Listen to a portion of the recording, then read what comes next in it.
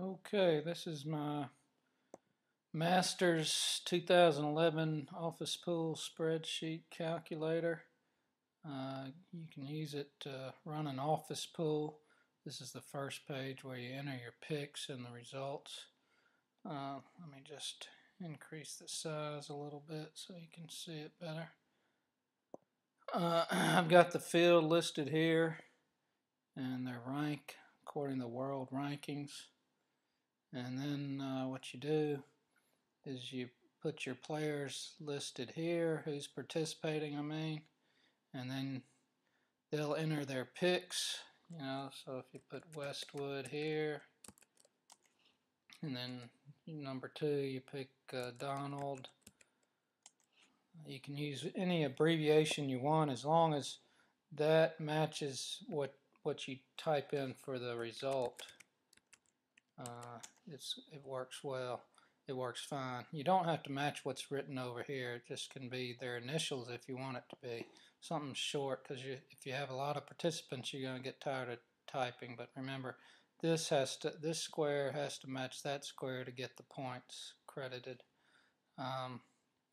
So I made it so you can enter in up to 42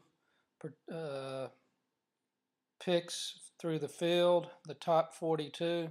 So after the tournament's over, you're going to get the results and you'll list them here: 1, 2, 3, 4, 5, 6, 7, 8, 9, 10, 11, 12. If you say you're going to have your participants pick the top 12, then you put in the top 12, and your participants will have entered the participants' picks for the top 12 too. And then as you enter it, it gives you a running total of what their score is. And it's grouped points wise. 1 I think gives you 12, but you can adjust the points what you award. The points are listed here. Points for a correct pick of 31 to 42 is 1 point. Points for a correct pick of first place is 12 points. 11 for second. You can change all that.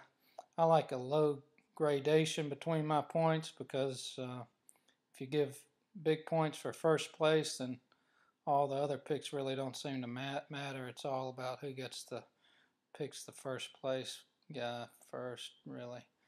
Anyway, you can do it whatever way you want to. You can change it up. Right now it's 12 up above, so if you wanted to change it, say, to 7, you just enter that here for a first place pick, and it should say, 7 points, since he got that right.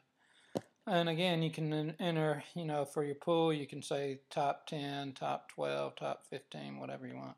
The only problem I thought of with this was that if you do have ties in golf, and what do you do? How do you score that? Well, I think you just order the results in alphabetical order for the people that are tied, and then it affects your participants equally. So it's tough cookies if, it's tied and they overlap, and this guy had 1 here and he was here, although he was tied.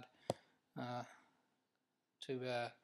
Okay, and then here's your ranking. That's the list of players that I use to autofill this list here. I can sort it here. Anyway, that doesn't matter. You don't need to worry about that. This is the data table. Again, you don't need to worry about this either. This is just the data for calculating all the points. Now this is a worthwhile table here. This is your ranking table, and it auto-fills from the picks and results table. You can see my points. Let me blow this up a little bit for you. You can see my points carried over, 7 points here. And then, your participants will carry over too as you enter them in the other table. You will have to enter what you're going to have as your price for entering the pool. You enter it right here. Say it's $5, and he paid $5. You can see it gives you a running pot total, and then you've got first and second, third place. You can divvy it up whatever way you want to. You can change these to 60 and 40%, or 70, 15, and 10, and 5% if you want to give your last place entrances money back or something like that. You can sort these based on the points and Apple numbers. You just go up here and you say sort descending, and it puts them 1, 2, 3, 4, and this other table here is a overlay for the Apple numbers, because in Apple numbers it sorts the whole field, so I had to put an overlay so it doesn't change the order of the rank. Now in Microsoft Excel, you have to go up under here somewhere and it tells you how to sort the column, and you can just sort these three columns together. Make sure you sort them together so they don't get discombobulated, and it tells you a little bit of instructions here how to sort them in Excel. Okay, that's about it for the Masters Office Pool calculator. Email me if you have any suggestions. All right, thanks a lot. Bye.